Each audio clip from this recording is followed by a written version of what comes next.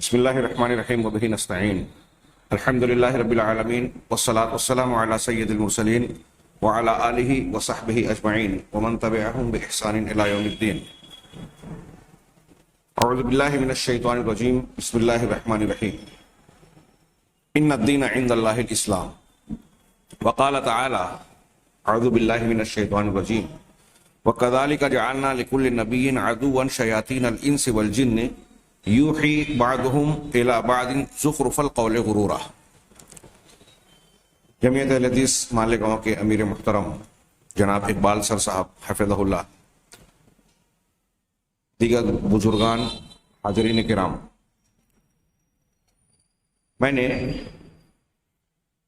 حمد و صلات کے بعد قرآن کے دو مقام سے ایک ٹکڑا، آیتوں کا ٹکڑا آپ حضرات کے سامنے تلاوت کیا. پہلا مشہور جملہ قرآن کا، ان الدین عند اللہ الاسلام، اللہ کے نزدیک پسندیدہ دین اسلام ہی ہے.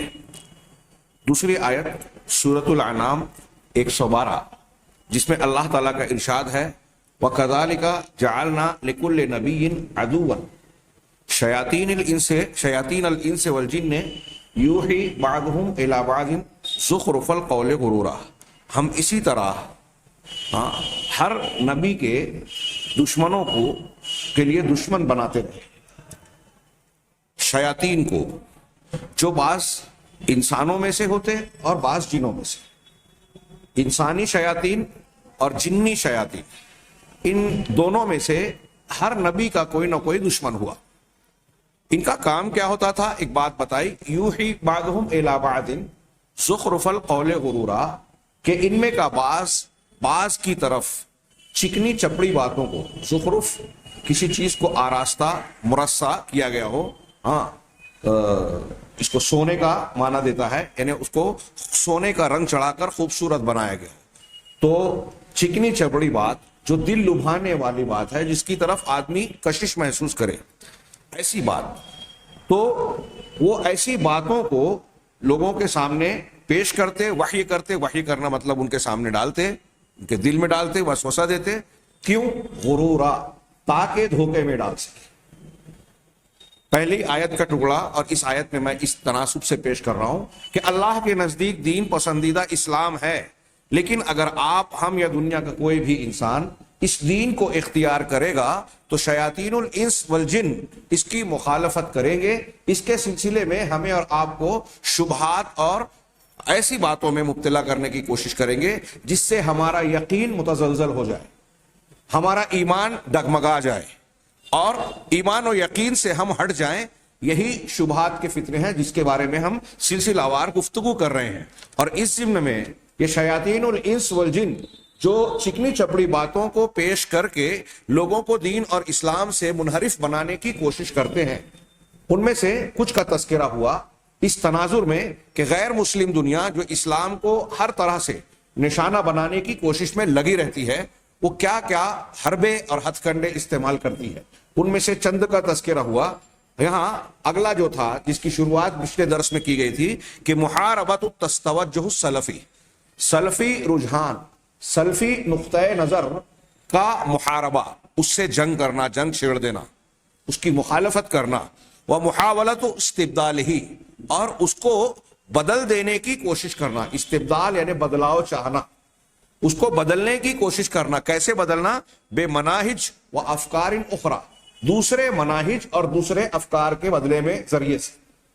یعنی سلفیت کی جگہ پر اسلام کے نام پر دوسرے فرقے، افکار لوگ اختیار کر لیں. مسلمان اپنے آپ کو مسلمان ہی کہے لیکن سلفی منہج اور فکر کو اختیار نہ کریں. اہل الحدیث والا طریقہ، قرآن و حدیث کا سیدھا سادہ صاف ستھرا منہج چھوڑ کر دوسرے مناہج کو اختیار کریں جو کہ اس حقیقی دین سے الگ ہے، جدا ہے، حقیقی دین کی نمائندگی نہیں کرتا. یہ مناوعۃ لہو، جو اس سلفیت سے ہٹ کر ہے، اس سے دور ہے. آگے انہوں نے خود اس عنوان کے اندر مثال دی کصوفیہ، جیسے صوفیہ، تصوف کا معاملہ، صوفیہ کا مذہب سلفیت کے بدل کے طور پر پیش کیا گیا. یہ ایک مثال دی، سلفیت کے مقابلے میں صوفیت کو پیش کیا جائے ایک مثال کے طور پر ہے. ایسے اور بھی کئی مناہج ہیں مختلف ملکوں اور علاقوں میں جہاں جیسے ماحول سازگار نظر آئے کہ یہاں تصوف کو آسانی سے رائج کیا جا سکتا ہے سلفیت کے مقابلے میں، کہیں شیعیت اور رافضیت کو، کہیں انکار حدیث کے فتنے کو اجاگر کیا جائے، کہیں باطنی مختلف مذاہب کو اجاگر کیا جائے، کہیں خارجیت کو الگ الگ رنگ میں پیش کر کے اس کو پیش کیا جائے، کہیں اور دوسرے طریقہ کار، کہیں اسلامیت کے نام پر، جہاد کے نام پر تحریکیت کو بڑھاوا دیا جائے۔ بڑی ذمہ داری سے کہہ رہا ہوں۔ تو کہہ رہے ہیں آگے استاذ احمد فہمی یہ بدلاؤ کی اس فکر کو پیش کرنے کی کوشش کے سلسلے میں کہ اس کے کیسے کیسے منصوبے ہیں، اس کا تذکرہ کرتے ہوئے کہتے ہیں کہ یقوم مفہوم الاستبدال علی قیام جہاتی ضغط، میں اپنے الفاظ میں اس کا مفہوم بیان کروں کہ یہ جو استبدال ہے، سلفی منہج کو بدل کر کوئی دوسرا منہج لوگ اختیار کریں، اس کو رائج کیا جائے، اس کو اچھالا اور ظاہر کیا جائے، یہ جو کوشش ہے اس کا مفہوم یہ ہے کہ ایسی کوشش کی جائے کہ سلفی منہج کو دبا کر دوسرے مناہج کو بڑھاوا دیا جائے، ان کو فروغ دیا جائے، سلفی منہج کو لوگوں کی نگاہ میں ایسا بنایا جائے کہ لوگ اس سے خود بخود نفرت کرنے لگے، اس کو برا سمجھیں، اس کو مسلمانوں کی پریشانیوں کا سبب اور باعث مانیں کہ ترقی کے راستے میں رکاوٹ ہے، آگے آ رہا ہے۔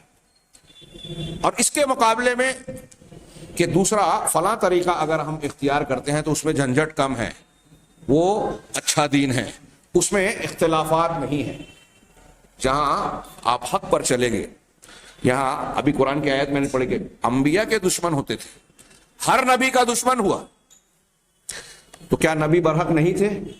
نبیوں سے برحق اور کون ہو سکتا ہے؟ اس کا مطلب یہ ہوا کہ اگر آپ حق پر قائم ہیں، آپ صحیح منہج اور صحیح عقیدے کو اختیار کیے ہیں، آپ کے پاس صحیح دین ہے، تو یقینی طور پر لوگ آپ کی مخالفت کریں گے، شیاطین الانس والجن آپ کی مخالفت کا محاذ قائم کریں گے، یہ طے شدہ بات ہے۔ اب کوئی اگر یہ سوچتا ہے کہ میں دین ایسا اختیار کروں، مذہب ایسا اختیار کروں کہ کوئی جھنجھٹ نہ ہو، کسی کی مخالفت نہ ہو، کوئی ہمارے خلاف کھڑا نہ ہو، ہم کو برا نہ بولے، تو یہ صلح کل والا دین نہیں ہے۔ جہاں بھی حق ہوگا باطل اس سے خطرہ محسوس کرے گا، اور جب خطرہ محسوس کرے گا تو باطل اس کی مخالفت کرے گا۔ حق کی ایک پہچان اہل علم نے یہ بھی بیان کی کہ دنیا کے باطل مذاہب اس سے خطرہ محسوس کریں، اس کی مخالفت کریں۔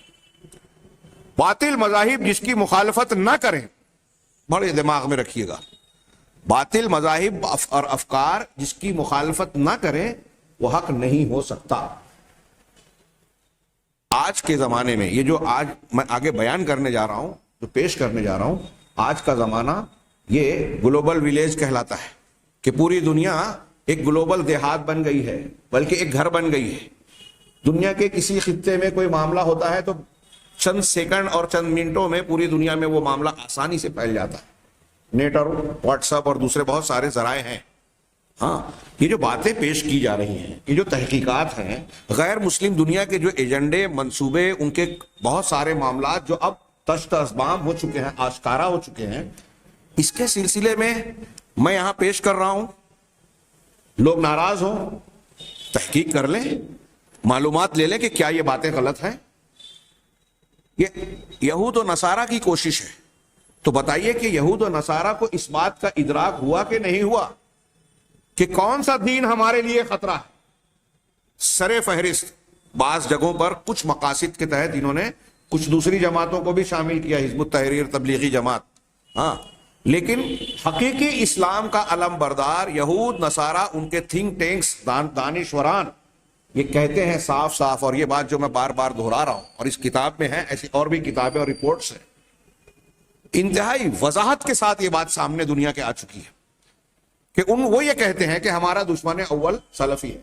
اور آپ اس پر میں اکثر کہتا ہوں تعجب کیجئے، غور کیجئے کہ مسلمانوں کے وہ طبقات جو جذباتی باتیں کرتے ہیں، سیاسی انداز کی بیان بازیاں کرتے ہیں، بدعات خرافات کو اختیار کرتے ہیں، جن کے نزدیک عقیدے کی بنیاد پر ولا اور برا کوئی حیثیت نہیں رکھتا، یہ تحریکی جماعت اسلامی کی افکار جو ہیں اسلام پسندی کا ڈھنڈورا پیٹتے ہیں، لیکن ان کے یہاں عقیدہ آپ دیکھیں گے کوئی حیثیت نہیں رکھتا۔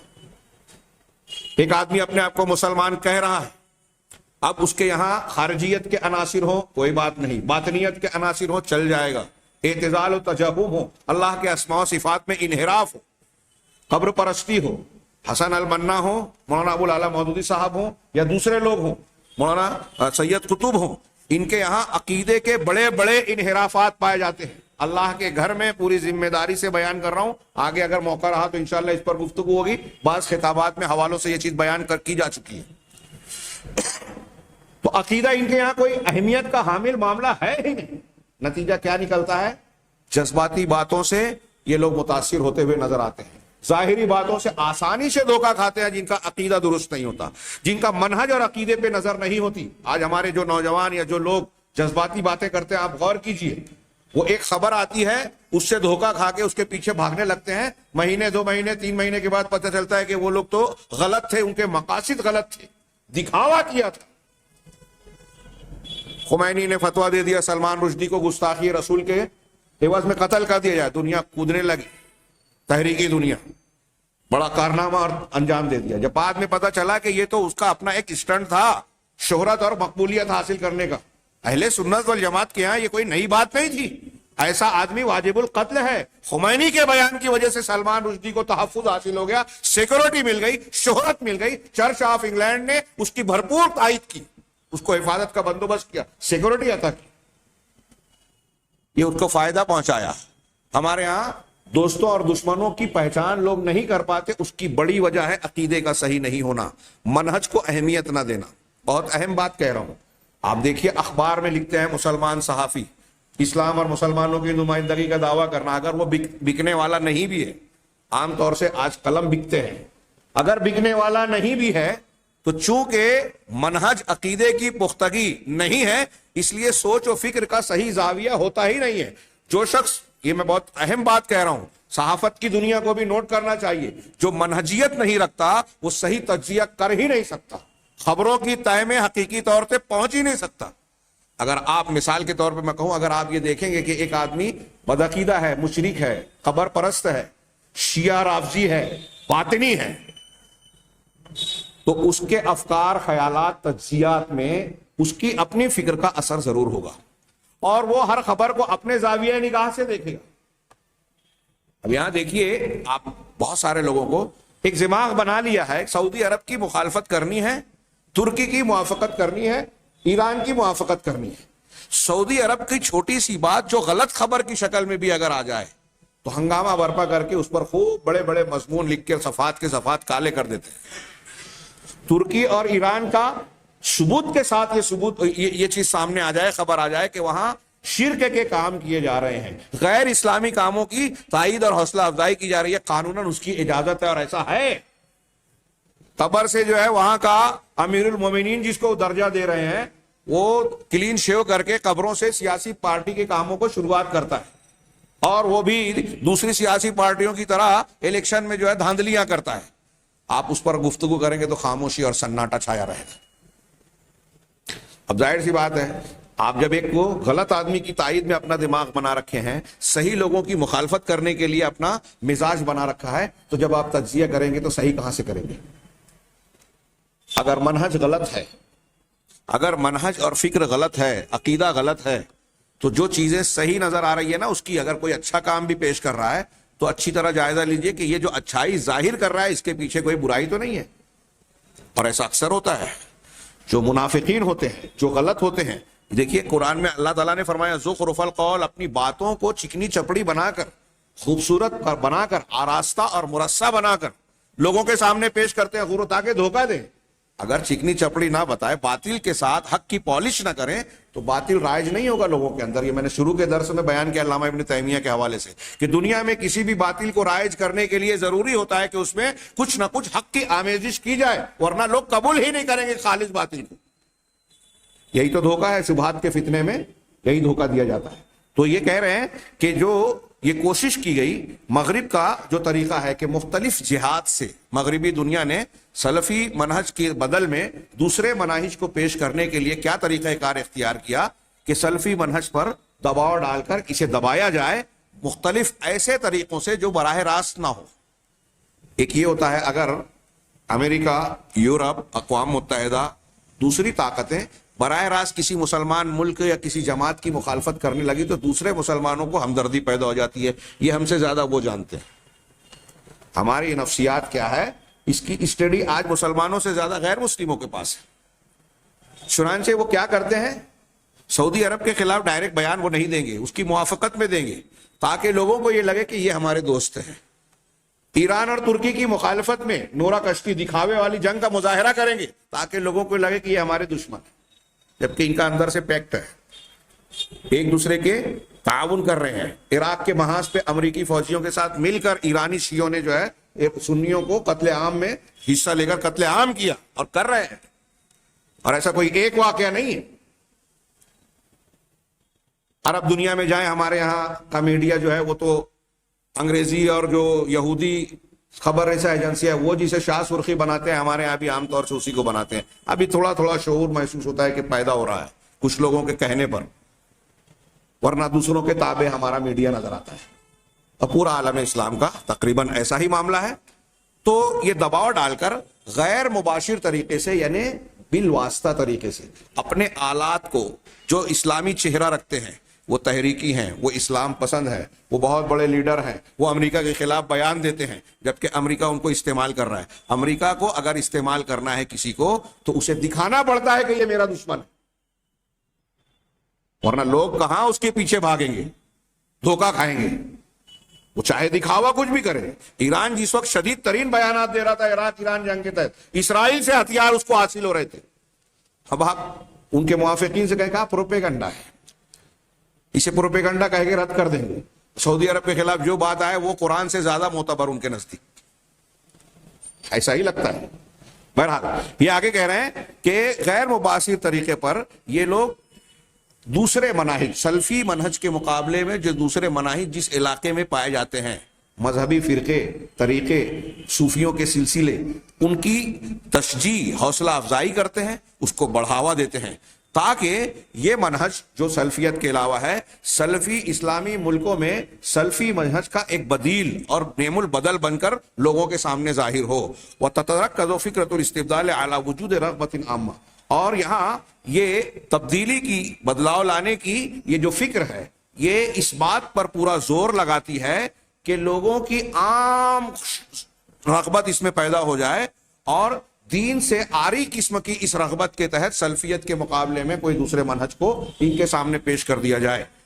اب کہہ رہے ہیں کہ اس کی اہمیت بتاتے ہوئے کہ اہل یورپ اور مغرب کے یہاں اس کی کتنی آج اہمیت ہو گئی ہے کہ اس فکر کی کا پوری طریقے سے دنیا میں پھیلنا, مغرب میں اور یورپی دنیا کے ہاں یہ طریقہ کار بڑا مقبول ہے. اس کا تیزی سے پھیلنا یعنی دین اختیار کرنے کے طریقوں میں تبدیلی پیدا کر دینا.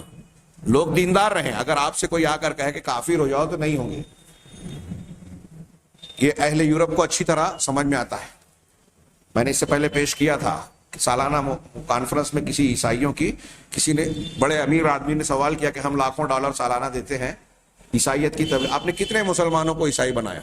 تو زویمر نے کہا تھا کھڑے ہو کر, ان کا جو مذہبی پیشوا تھا, اس نے کہا تھا کہ مسلمانوں کی حد تک جہاں تک معاملہ ہے, ہمارا ٹارگٹ نشانہ یہ نہیں ہے کہ ان کو عیسائی بنائیں یا وہ عیسائی بن جائیں. مسلمانوں کے تعلق سے ہم اس میں تو کامیاب نہیں ہو پاتے اور نہیں ہوئے. اور فرانس کے ایک سپہ سالار نے کہا تھا کہ جب تک مسلمانوں میں قرآن پڑھا جاتا رہے گا, محمد صلی اللہ علیہ وسلم کی سیرت ہوگی, تب تک ہم انہیں ان کے دین سے ہٹا نہیں پائیں گے, اس سے دور کرنا ہوگا. اور اس زویمر نے کہا کہ ہمارا ٹارگٹ مسلمانوں کے بارے میں یہ ہے کہ وہ مسلمان نہ رہیں, ان کو مسلمان تو اپنے آپ کو سمجھیں لیکن حقیقی اسلام سے ان کا تعلق نہ رہے. یہ اس وقت یہ بات تھی, یہ سالوں پیشتر کی بات ہے, 25-30 سال پہلے اور اس سے زیادہ. آگے یہاں آج کے زمانے میں گزشتہ چند سالوں سے ان کی کوششوں سے یورپ اور امریکہ یہ لوگ اپڈیٹ کرتے رہتے ہیں اپنی فکر کو, منصوبوں کو تجدید کرتے رہتے ہیں اس کی. چنانچہ ان کا اب اس پر زور صرف کیا جاتا ہے کہ لوگوں کو ہم یہ کہیں گے کہ اسلام سے پھر کر کوئی دوسرا مذہب اختیار کرو تو اس میں ہم کامیاب نہیں ہوں گے. ہاں ہم یہ کر سکتے ہیں کہ اس میں جس اسلامی فکر کے ذریعے سے ہم کو خطرہ ہے, جو حقیقی اسلامی فکر اور عقیدہ ہے, اس سے اس میں جھول پیدا کر دیا جائے, اس سے انسان کو دور کر کے ایسا مسلمان بنایا جائے کہ وہ اپنے آپ کو مسلمان سمجھے لیکن وہ حقیقی مسلمان رہ نہ جائے. تو کہہ رہے ہیں کہ یہ جو تبدیلی دین کے طریقوں کی تبدیلی کی یہ فکر ہے مغربی اقلیت میں ان کی سوچ و فکر میں بہت تیزی سے پھیلی اور اس کو اس حد تک بڑھاوا ملا کہ وہ اس پر قانع ہیں, ان کو اطمینان ہے کہ یہ حربہ ہمارا بہت ہی کارگر مفید اور مؤثر ہے, ہمارے مقصد کو حاصل کر لے, مقصد تک پہنچا دینے والا ہے. اور اس کے ان کی نظر میں اس کی نزاکت اور خطرناکی کا ترقی پانا اور مسلمانوں کے دینی راستے کو اختیار کرنے کے سلسلے میں غلط تفسیر کرنے والا یہ طریقہ کتنا اہمیت رکھتا ہے, اس کا اندازہ اس سے لگائیے کہ کانت الفکرۃ القدیمہ تنحصر فی التجفیہ, پچھلی جو فکریں تھی, پچھلی جو کوششیں ان کی ہوتی تھیں, یہ دین کے منابع مصدر کو خشک قرار دینے کی کوشش میں صرف ہوتی تھی, اور اس دین کو خوبصورت سیکولرزم, جس کو یہ علمانیہ براقہ کہہ رہے ہیں, خوشنما چمکدار علمانیت کی طرف لوگوں کو دعوت دینے اور علمانیت کو بطور بدل پیش کرنے پر پہلے ان کی کوششیں صرف ہوتی تھی. یعنی آپ اسلام کی بجائے سیکولر بن جائیں, لبرل بن جائیں. یہ تحریک ختم نہیں ہوئی ہے جمہوریت پسندی والی, لیکن پہلے اس پر صرف کرتے تھے. لیکن ولیکن مع فشل هذه الفکرہ, اس میں انہوں نے زیادہ کامیابی نہیں پائی, کافی حد تک ناکامیاب رہے. تو اب انہوں نے بہت سارے لوگوں نے اگلے مرحلے کی طرف کوچ کیا اور دوسرا اسٹیپ اختیار کیا اور یہ سوچا کہ ہم مسلمانوں کو یہ کہیں کہ ٹھیک ہے تم دیندار رہنا چاہتے ہو, دیندار بناؤ, لیکن اس دینداری کے لیے ہم دینداری کا ایک معیار, ایک منہج آپ کے سامنے پیش کر رہے ہیں. اس کے لیے تولیفہ کا لفظ استعمال کیا, یعنی اس کو ہم مجموعہ کہیں گے. ہماری اکٹھا کی ہوئی دینی تعلیمات, عقائد, اصول, احکام, وہ تم اختیار کرو. اب انہوں نے آگے کہا کہ وَتَكْمُنُ خُطُورَةُ السَّلَفِينَ بِنِسْبَةِ لِخُصُومِهِمْ فِي أَنَّهُمْ يَقُودُونَ النَّاسَ فِي قِطَارٍ سَرِيعٍ يَصِلُهُ مُبَاشِرَةً بَيْنَ الْوَاقِعِ وَمَصَادِرِ التَّشْرِيعِ. لیکن کیونکہ ان کے نزدیک جو ہے سلفیت اپنے اندر ایک خطرہ چھپائے ہوئے ہے, ان دشمنوں کے لیے, دشمنان دین کے لیے اپنے اندر خطرہ رکھتی ہے. کیوں؟ اس لیے کہ سلفی حضرات جو فکر رکھتے ہیں, جو عقیدہ رکھتے ہیں اور عقیدے پر جو توجہ مرکوز کرتے ہیں, ولا اور برا, عقیدے کی بنیاد پر اختیار کرنے کی جو تعلیم دیتے ہیں, وہ اس کی بنیاد پر ایک ایسا مزاج دیتے ہیں مسلمانوں کو کہ وہ براہ راست شریعت کے مصادر سے انسان کو جوڑ دیتی ہے تیزی کے ساتھ. آپ صحیح عقیدہ اختیار کریں کہ اللہ کو ماننا ہے, صحیح عقیدہ اختیار کریں گے تو دین رسول سے لینا ہے, تو اب اللہ اور اس کے رسول کی اطاعت کرنی ہے. تو شریعت کا مصدر قرآن اور حدیث ہے. آپ حقیقی دین سے اور دین کے حقیقی مصدر سے جڑ گئے. جبکہ دوسرے مذاہب یہ کہتے ہیں کہ آپ قرآن حدیث کو چھوڑیے, پیر صاحب کی سنیے, اپنے سلسلے کے بزرگان دین کی بات سنیے, ان کی باتوں کو مانیے, ہم جس کی تقلید کرتے ہیں اس کی باتوں کو پڑھیے لکھیے. قرآن حدیث تو ہمارے سمجھنے کی چیز ہی نہیں ہے, ہم سمجھ ہی نہیں سکتے.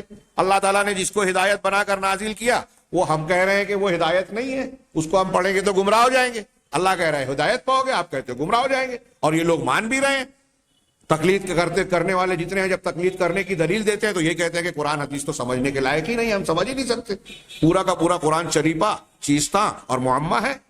اللہ نے اس طرح کی ہدایت, یہ اللہ پر الزام ہے, رسول پر الزام ہے کہ لوگوں کی ہدایت کے لیے وہ بات پیش کی جو لوگوں کی سمجھ ہی میں نہ آئے.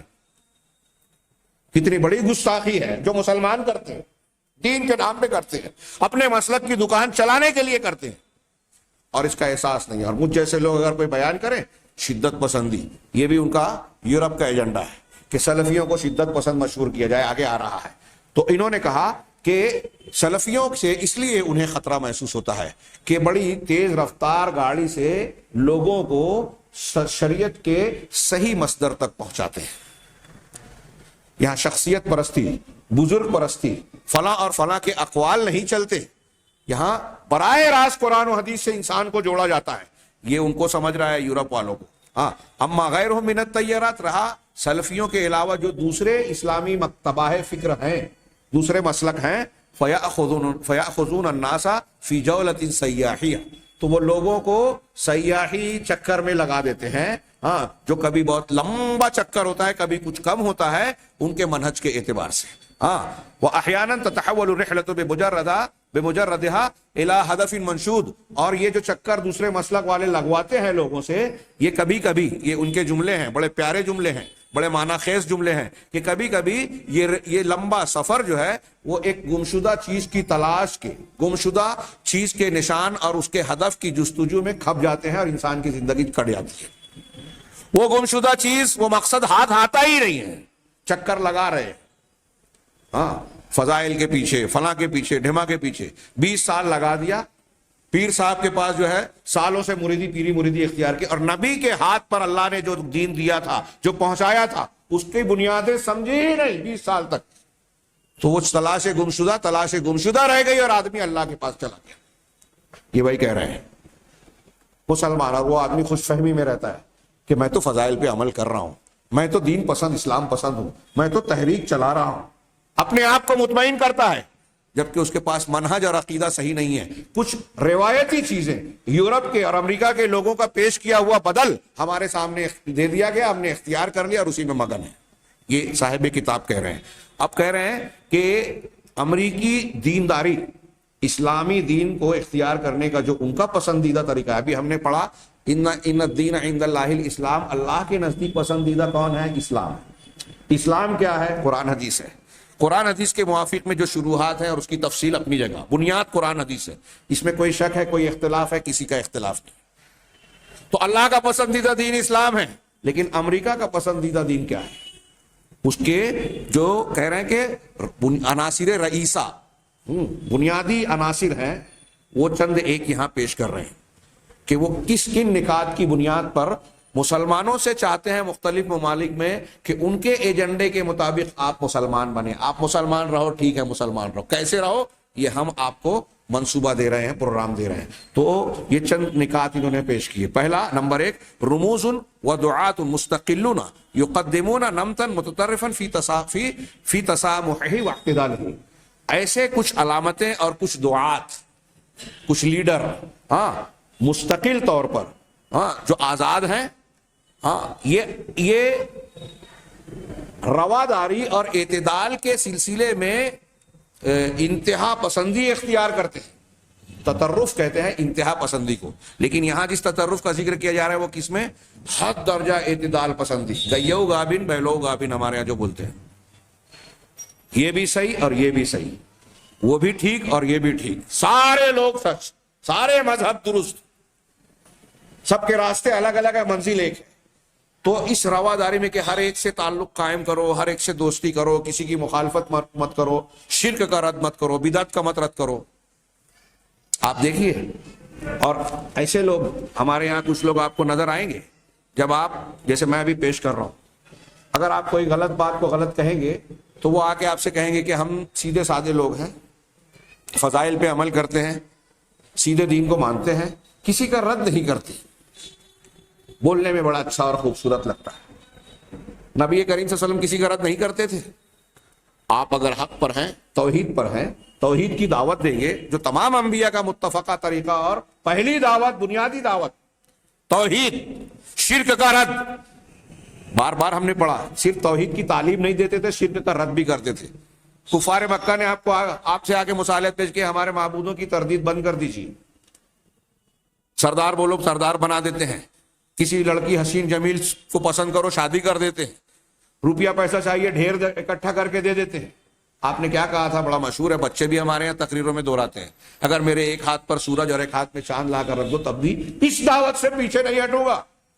اور یہاں امریکہ جو جس تسامح اور رواداری کا ایجنڈا پیش کرتا ہے کہ ہمارے پسندیدہ مسلمان, اچھے مسلمان کون ہوں گے؟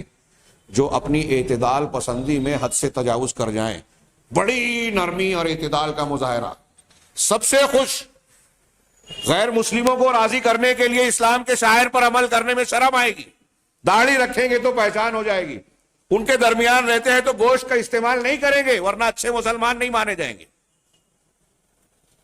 تو امریکہ, یورپ اور ہندوؤں سے اچھے مسلمان ہونے کا سرٹیفکیٹ اس بنیاد پر لیں گے کہ اپنے دینی شاعر سے دستبردار ہو جائے, دین کے سلسلے میں کوئی تشخص شناخت پہچان اپنی نہ رکھیں, اپنی شناخت کو پہچان کو مٹا دیں. اچھے اچھے لوگوں میں یہ عنصر آج کو آپ کو نظر آئے گا, اس دعوت کا اثر نظر آئے گا. تو کہہ رہے ہیں لیبرز النمط السلفی, یہ کیوں؟ ایسے لوگوں کو بڑھاوا دینا.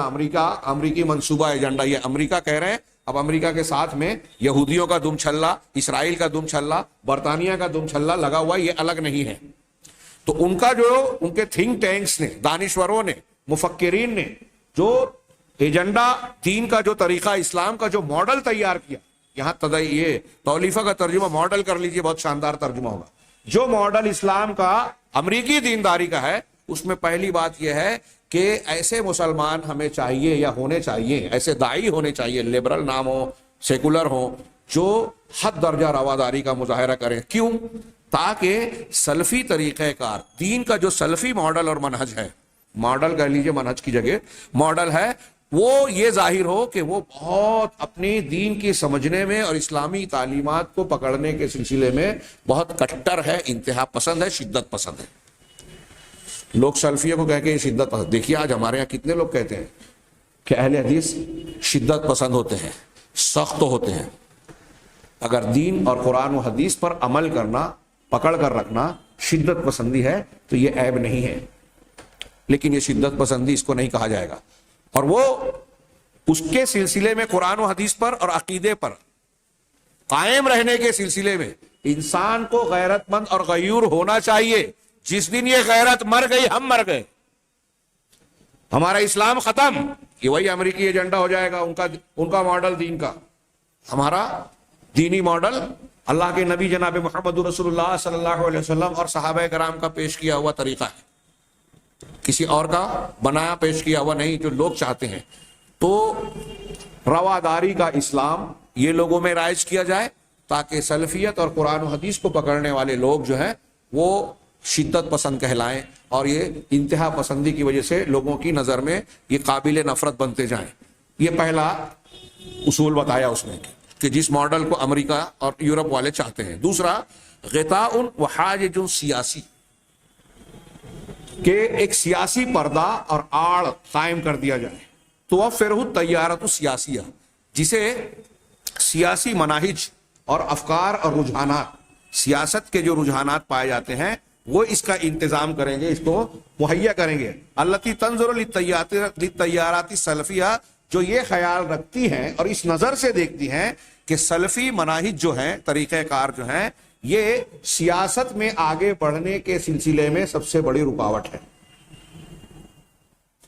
اب آپ دیکھیے دنیا میں جو دین اور مذہب کو, سیاست اور دین کو الگ الگ قرار دیتے ہیں, اور آج یورپ کے اثرات سے, دنیا داروں کے اثرات سے حکومت اور سیاست کے معاملات اہل مذہب دیندار نے, صرف مسلمانوں ہی نہیں دوسری جگہوں پر بھی دیکھیے, اصلی جو دیندار ہیں, جو دین کے چولا پہن کر حکومت کے لالچ میں جاتے ہیں, ان کی بات نہیں کر رہا ہوں.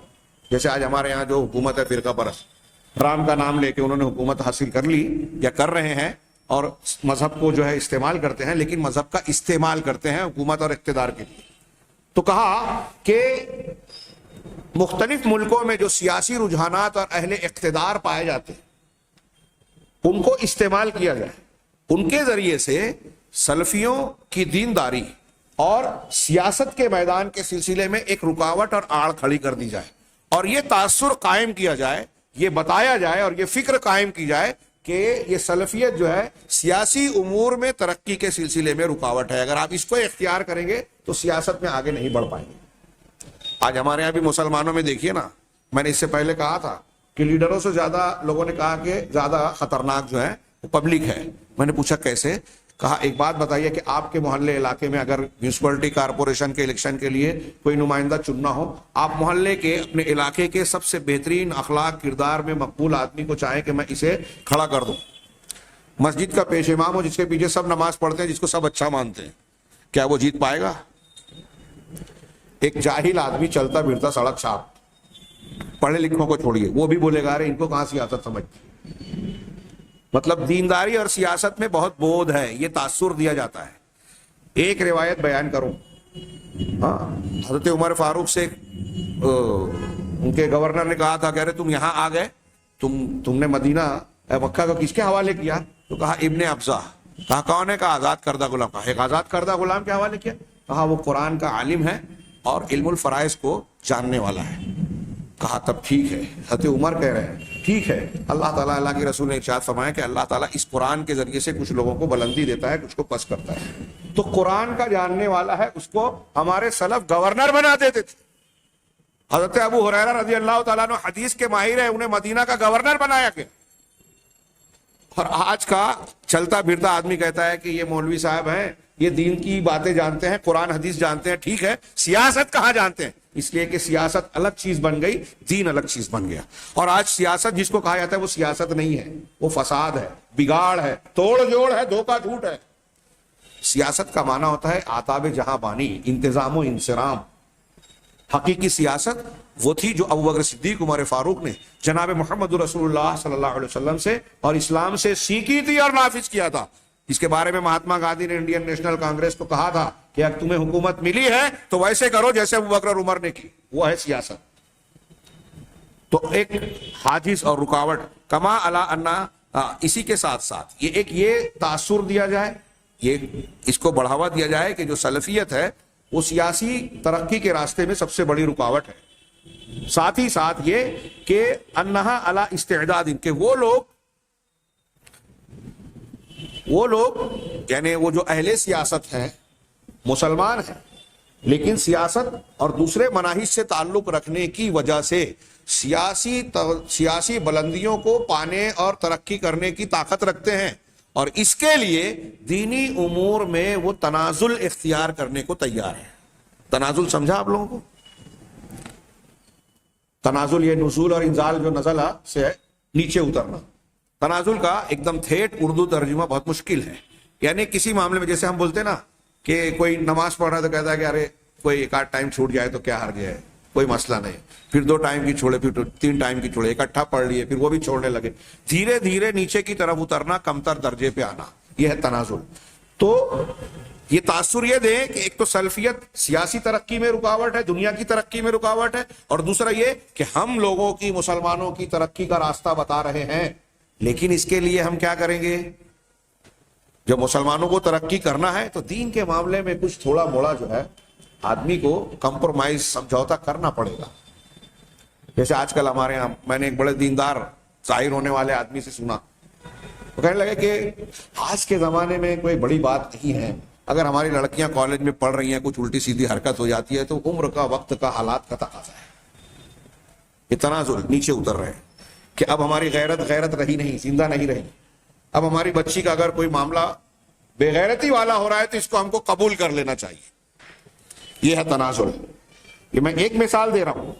یہ مزاج بنایا گیا کہ آپ اگر دینداری اختیار کریں گے تو آپ ترقی نہیں کریں گے. یہ صرف سیاسی بات کہہ رہے ہیں, میں اس میں اضافہ کر رہا ہوں کہ دینداری. اب ہمارے یہاں سیٹ لوگ, بہت سارے لوگ کہیں گے کہ اگر علماء کے بتائے ہوئے فتویٰ اور طریقوں پہ ہم چلیں گے, قرآن و حدیث والے طریقے پہ, تو ہم کاروبار میں ترقی نہیں کر پائیں گے. بتائیے. میں نے بہت سی مرتبہ یہ بات کہی, بخاری مسلم کی حدیث میں ہے, بخاری کی روایت میں, کہ جب بیع شراء, لین دین کرنے والے, خریدار اور فروخت کرنے والا, دونوں بے ایمانی کریں گے, ہاں, چھپائیں گے اپنے سامان کے عیب کو, دھوکہ دہی سے اور جھوٹ سے کام لیں گے, تو ان کے بیع کی, سودے کی برکت مٹ جائے گی. یہ حدیث میں ہے, بخاری میں, قرآن میں ہے. یہ بخاری کی روایت میں, قرآن میں ہے کہ اللہ سود کو مٹاتا ہے. قرآن کہہ رہا ہے اللہ سود کو مٹاتا ہے. حدیث کہہ رہی ہے جھوٹ, دھوکہ دہی, چوری کرو گے تو برکت مٹ جائے گی. اور ہم کہہ رہے ہیں کہ بغیر بے ایمانی کیے ہوئے ترقی نہیں کر سکتے. کس کی بات صحیح ہے؟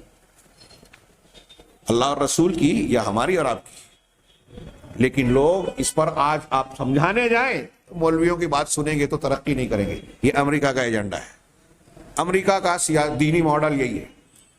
ایسی دینداری امریکہ چاہتا ہے کہ مسلمان رہو تو ایسے بنو کہ دین کو اپنی دنیا کی ترقی میں رکاوٹ سمجھو. اس لیے دنیا کی ترقی میں جب آگے بڑھنا ہے تو دین کو پیچھے چھوڑو, سمجھوتے کرو, کمپرومائز کرو, دین کی کچھ باتوں کو چھوڑ دو.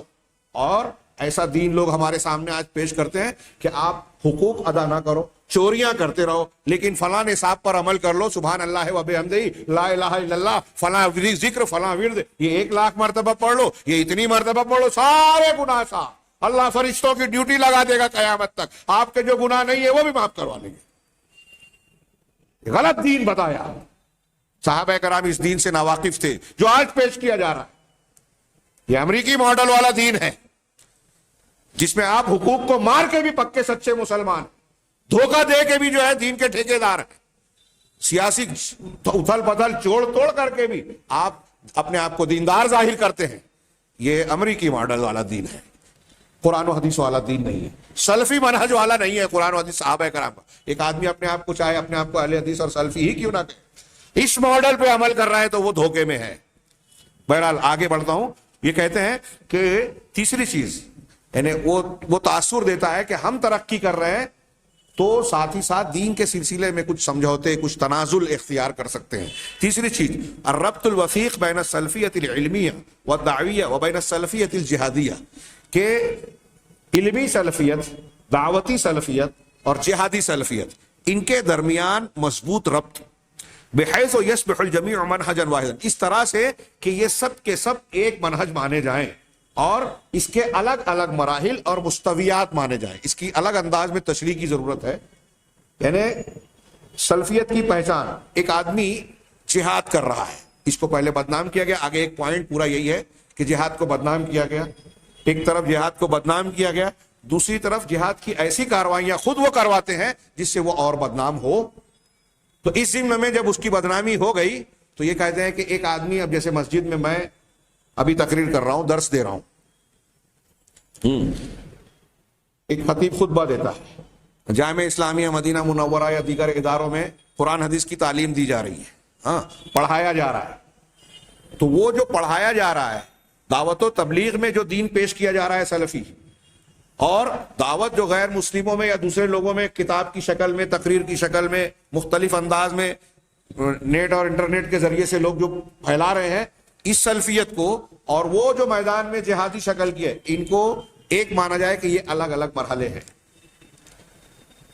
ہم اس کے ربط کا انکار تو نہیں کرتے, لیکن امریکی ایجنڈے سے یہ ظاہر ہوتا ہے اشارتاً, انہوں نے اتنا ہی کہا کہ وہ اس کے ذریعے سے یہ بتانا چاہتے ہیں کہ اگر ایک سلفی دعوت بھی دے رہا ہے تو یہ ان کی تائید میں ہے, یہ خطرہ ہے, تاکہ لوگوں کو اس سے بیدار رہنا چاہیے. مسجد میں ایک آدمی جو بے ضرر سا درس دینے والا نحیف سا بوڑھا آدمی ہے, اس کو بھی آپ گرفتار کر کے جیل میں ڈال دو کیونکہ اس سے خطرہ ہے. شاید یہ بھی مانا ہو, اور اس کے اور بھی کچھ دوسرے مفہوم اور ہو سکتے ہیں. بہرحال یہ امریکی ایجنڈے کا یہ حصہ ہے کہ سلفیت کسی بھی مرحلے میں یہ ایک دوسرے سے مضبوط ربط رکھتی ہے اور پھر اس کو بدنام کرنے کی کوشش کی جاتی ہے. چوتھے نمبر پر افصاح المجال فی عدد من البلدان الاسلامیہ لدعاة التصوف, کہ اکثر مسلم ملکوں میں, اسلامی ملکوں میں تصوف کے دعات کے لیے میدان کو کشادہ کرنا. یہ لفظی ترجمہ کیا اس جملے کا میں نے, کہ مسلمان ملکوں میں صوفیت اور تصوف کو پھیلانے والے جو لوگ ہیں, اس کے جو داعی ہیں, ان کے لیے ماحول سازگار بنانا. وہ خاص طور سے وہ جنہوں نے 11 ستمبر امریکہ میں جو ٹوئن ٹاورز پہ حملہ ہوا, 11 ستمبر کے واقعے کے بعد, اور وہ لوگ والذی یقفزون فیہ من کل فیہ علی کل ما یثیر الغرب فی الاسلام, اور جس میں کہ جنہوں نے 11 ستمبر کے بعد جن لوگوں نے اسلام کے تعلق سے گفتگو کی اور اس سلسلے میں خطاب کیا اور ان سے بات چیت کی جاتی ہے, اور ہر اس چیز کو جو اسلام کے بارے میں مغرب بھڑکانا چاہتا ہے یہ اسے اچھال کر پیش کرتے ہیں, اچھالتے ہیں.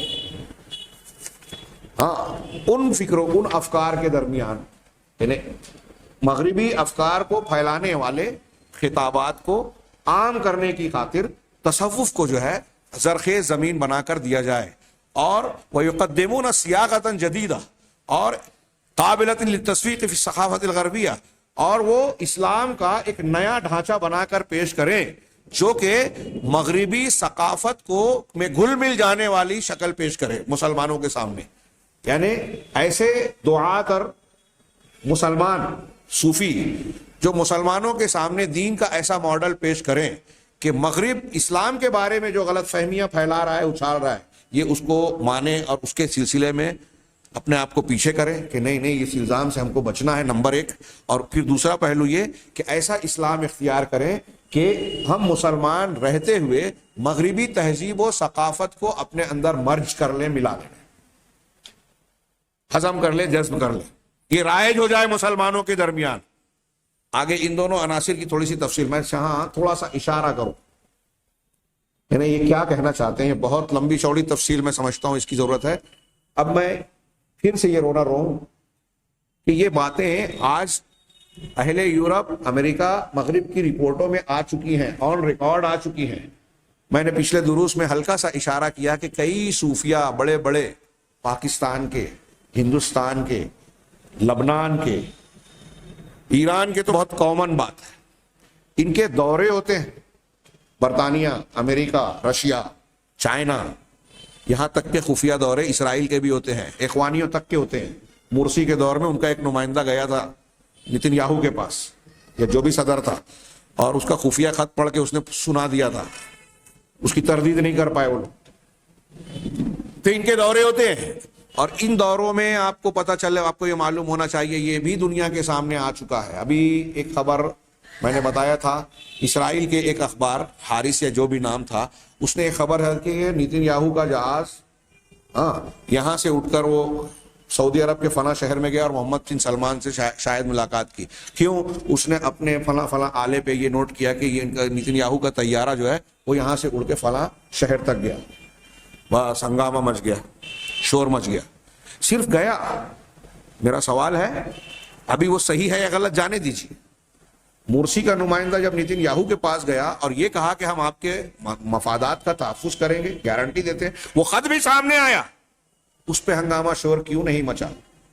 نیٹ پر یہ رپورٹیں موجود ہیں، انٹرنیٹ کے مختلف حصوں پر یہ رپورٹیں موجود ہیں کہ ایمن الظواہری نے داعش اور القاعدہ کے کارکنوں سے کہا کہ ایران کے مخالف کوئی حرکت نہ کرنا، اس لیے کہ ہمارے مریضوں کا علاج انہی کے دواخانوں میں ہوتا ہے، ان کا تعاون ہمیں حاصل ہے. اسی طرح ہمارے مریضوں کو اسرائیل کے دواخانے اور ہاسپٹلز میں بھیجا جاتا ہے.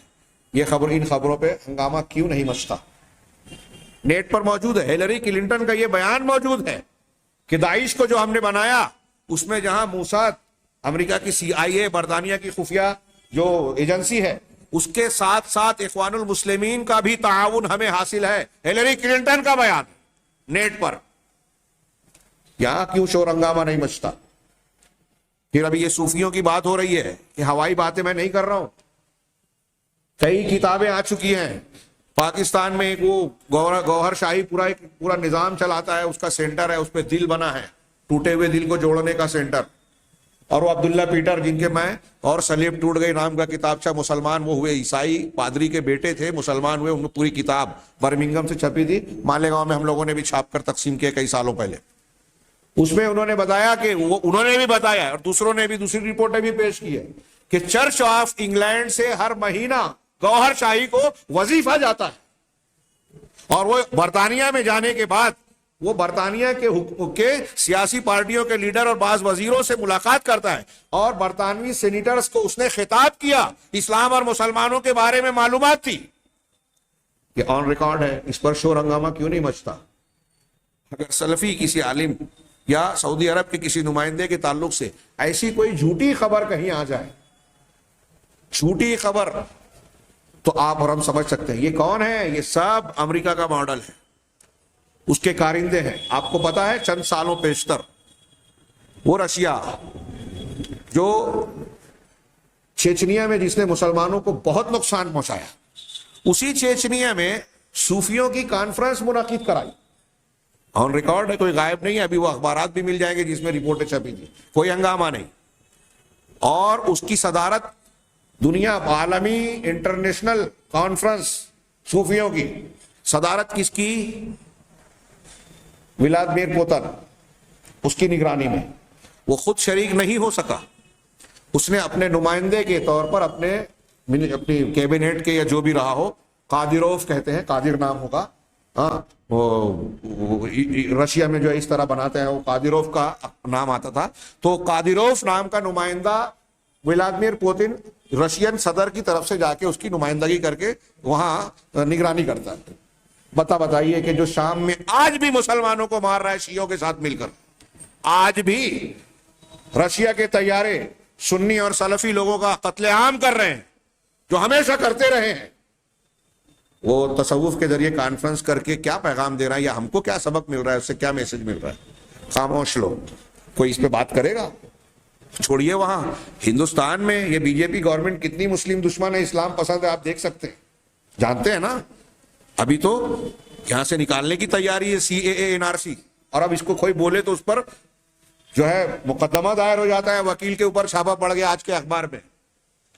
کیس لڑنے سے بھی آپ ڈرے، پیچھے ہٹیں، جو ہم کہہ رہے ہیں مان لو. تو اب اس حکومت نے بھی اپنے خرچ اور نگرانی میں دلی میں صوفیوں کی کانفرنس منعقد کی تھی 2-2.5 سال پہلے. کیا یہ خبریں نہیں معلوم ہے؟ اور اس پر کوئی تبصرہ نہیں. روز کلپ آتی ہے. کسی ہندوستان میں ایسے کئی مجاورین، قبروں کے مجاور، پیر صاحبان مندر میں جا کے چڑھاوے چڑھا رہے ہیں. آج کلپس میں آ چکا ہے، مندروں میں جا کے چڑھاوے چڑھا. یہ امریکہ کا ماڈل ہے اسلام والا، کہ آپ مسلمان رہیں، اسلام کے ٹھیکیدار رہیں، لمبی داڑھی لمبا کرتا، اسلامی دکان چلا رہے ہیں اسلام کے نام پر، لوگوں کو بیوقوف بنا رہے ہیں، پیسے بھی لے رہے ہیں اور ایمان بھی، دونوں ضائع. اور کوئی ایسے مسلمان تو ان کے گرگے ہیں. اب اگر یہ شدید بیانات بھی دے دینا، ان کا کچھ نہیں ہوگا. لیکن اگر ایک سلفی گھر کے اندر، مسجد کے اندر، میں یہاں کہہ رہا ہوں، مجھے کچھ لوگوں نے کہا کہ آپ جو باتیں کہہ رہے ہیں نظر میں آ سکتے ہیں، پکڑے جا سکتے ہیں. ہاں یہ ڈر تو ہے، لیکن کیا اس کی وجہ سے سچی باتیں نہ کہی جائیں؟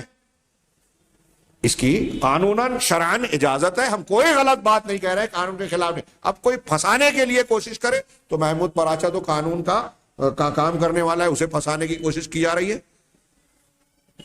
تو جو ہونا ہے وہ تو ہوگا، مقدر ہے. ہم جان بوجھ کر کنویں میں نہ کودیں، لیکن سچی باتیں اور اپنے فرائض سے سبکدوشی بھی لازمی ہے.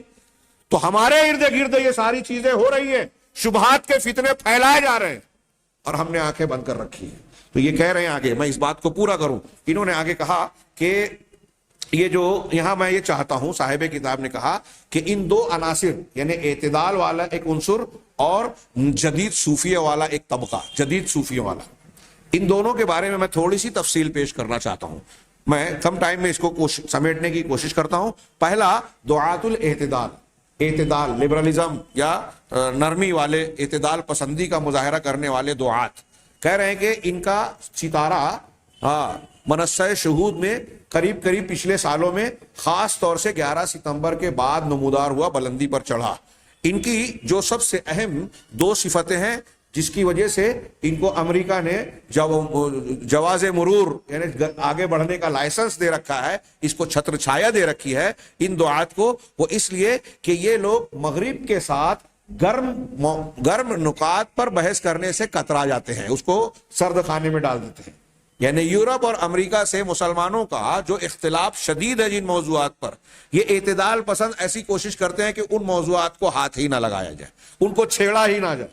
وہ چاہے دینی نقطۂ نظر سے عقیدے کی بات ہو، شرک اور بدعات کو رد کرنے کی بات ہو، عیسائیت کے اندر عیسائیت کے رد کی بات ہو، یا پھر سیاسی اعتبار سے ان کے مفادات پر ضرب لگانے والی، ان کے جو مسلمانوں کے خلاف مشن اور کام ہو رہے ہیں سیاسی انداز میں، اقتصادی طور پر ان کے پول کھولنے والی، ایسے گرم موضوعات کو چھیڑتے ہی نہیں. فلسطین کے معاملے پر گفتگو نہ کی جائے، فلاں معاملے پر جس سے امریکہ یا یورپ کو غصہ ہے، یا جس سے ہمارا ان کا اختلاف ہے، ہمارے اور ان کے درمیان جس معاملے میں گرمی ہے، ان نکات کو نظر انداز کر دیا جائے. اور ایسے معاملوں کو جو ولا اور برا اور عقیدے کے مسائل، عقیدے کے مسائل اور ولا اور برا کے جو مسائل ہیں، اس کو ہلکا پھلکا اجمالی طور سے ذکر کیا جائے. یہ جو باتیں ہیں بیان کر رہے ہیں، میں بس صوفیوں کا ذکر نکل رہا ہے بار بار، لیکن آپ جیسے ابھی آپ دیکھتے ہیں کہ ہمارے یہاں مرزا محمد علی انجینئر کی ایک بڑی کلپس چلتی ہے. وہ کبھی اپنے آپ کو اہل حدیث کہتا ہے، کبھی اہل حدیث کے اوپر اٹیک کرتا ہے، رافضیت پیش کرتا ہے، اہل حدیث علماء سے اور سنی علماء سے چیلنج کرتا ہے مناظرے کا، اور کہتا ہے، اور جب مناظرہ قبول کیا، چیلنج قبول کیا، کہتا ہے میرے پاس ٹائم نہیں ہے. یہاں علماء کے پاس نہیں آتا، شیعوں کے مدرسے کا دورہ کرتا ہے، کتاب آ گئی ہے اس کے جواب میں منظر پر. غامدی، جاوید احمد غامدی، پاکستان کے ٹی وی چینلز پہ آتا ہے، منکر حدیث ہے. اس کے بارے میں ایک جملہ کہوں کہ اسلام کی تعبیر امریکی فکر کی روشنی میں کرنا چاہتا ہے، جدید لب و لہجے کی شاعری.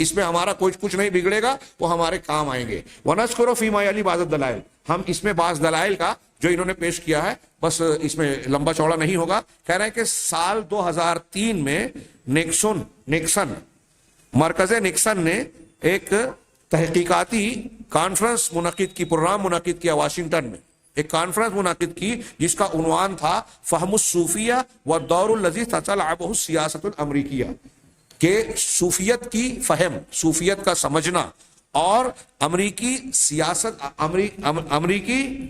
سیاست جو کردار نبھانے والی ہے اس پر ایک نظر. صوفیت کی فہمائش اور وہ کردار جو عنقریب امریکہ سیاسی طور پر انجام دینے والا ہے, یا امریکی سیاسی کردار کا ایک جائزہ. اب کہہ رہے ہیں کہ ان میں حاضر ہونے والے جو سب سے زیادہ نمایاں شخصیت تھی اس کانفرنس میں, صوفیت کی فہمائش پر امریکہ میں کانفرنس ہو رہی ہے امریکیوں کی, مرکز نکسن یہ امریکہ کا پرانا صدر, اس کے نام پر ایک سینٹر بنا ہوا ہے نکسن سینٹر, اس نے منعقد کیا. اور ان میں حاضرین میں سب سے زیادہ جو قابل ذکر یا مشہور شخص تھا وہ ڈاکٹر برنارڈ لوئس تھا, اور یہ اسلام کے خلاف انتہائی شدید نفرت کرنے والا انسان ہے, یہ اس میں شریک ہو رہا ہے. ڈاکٹر کورکوت اوزال جو کہ ترکی کے پچھلے ترجوت اوزال, ہاں کیا نام تھا اس کا, ترگوت اوزال, اس کا سگا بھائی, یہ اس میں شریک ہوا, ترکی کے پچھلے صدر کا سگا بھائی.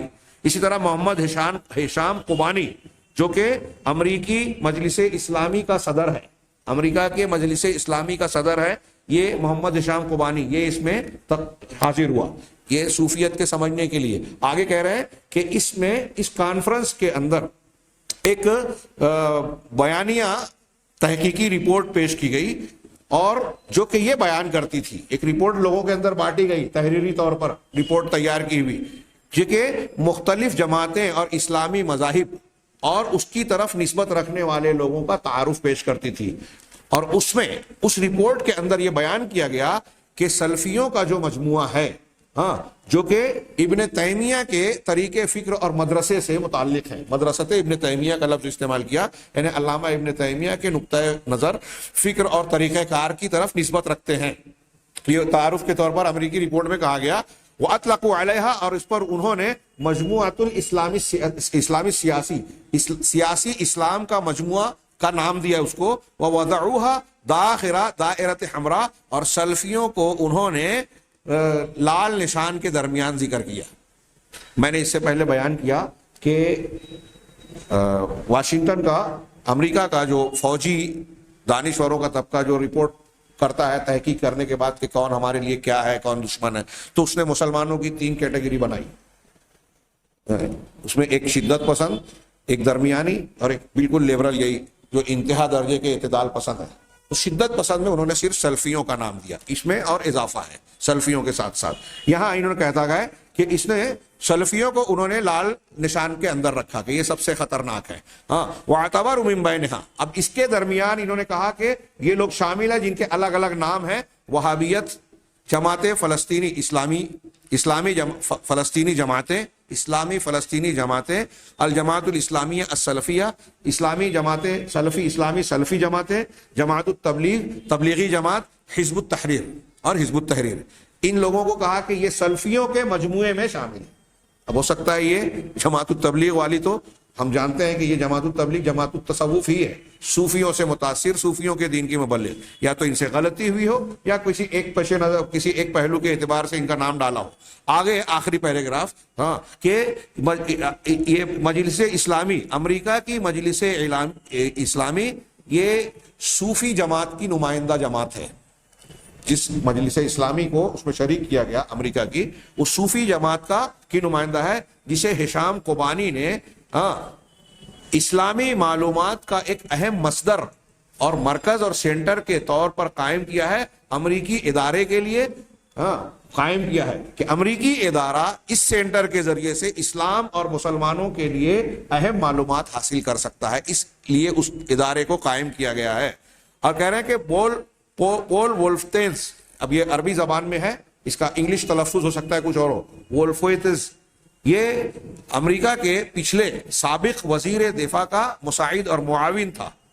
یہ شخص جو ہے یہ اس کے ساتھ ہشام قبانی کے ساتھ بار بار مختلف موقعوں پر ملاقات منعقد کرتا رہا اور اسلامی دہشت پسندی سے متعلق قضایا پر اس سے تبادلہ خیال کرتا رہا.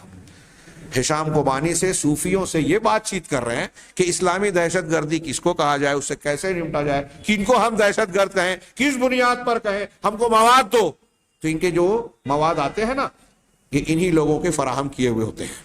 یہ وقت زیادہ ہو گیا ہے, یہ نقطہ یہاں پورا ہوا. اس سلسلے کے 2 نکات باقی ہیں اور مزید کچھ تفصیلات ہیں. انشاءاللہ آئندہ دروس میں کچھ اہم باتیں زیر بحث آئیں گی. اللہ تعالیٰ سے دعا ہے کہ وہ ہمیں دین کو بھی سمجھنے کی توفیق عطا فرمائے اور دین کے مخالف افکار اور فتنوں کو بھی سمجھنے کی توفیق عطا فرمائے. حضرت عمر فاروق اور بعض صحابہ کہتے تھے کہ اسلام کو وہی شخص اچھی طریقے سے سمجھ سکتا ہے جو اسلام مخالف فتنوں کو بھی سمجھے. اس لیے شہوات کے فتنے ہوں یا شبہات کے فتنے ہوں, اپنے دور کے ان فتنوں سے آگاہی ہمارے دین کی حفاظت کے لیے, ہماری نجات کے لیے بہت ضروری ہے, ورنہ ہو سکتا ہے کہ لا علمی میں ہم بھی جو ہے کسی فتنے کا شکار ہو جائیں. اللہ تعالیٰ ہمیں محفوظ رکھے, دنیا اور آخرت میں کامیابی سے نوازے. وآخر دعوانا ان الحمد للہ رب العالمین وصلی اللہ علی نبینا محمد.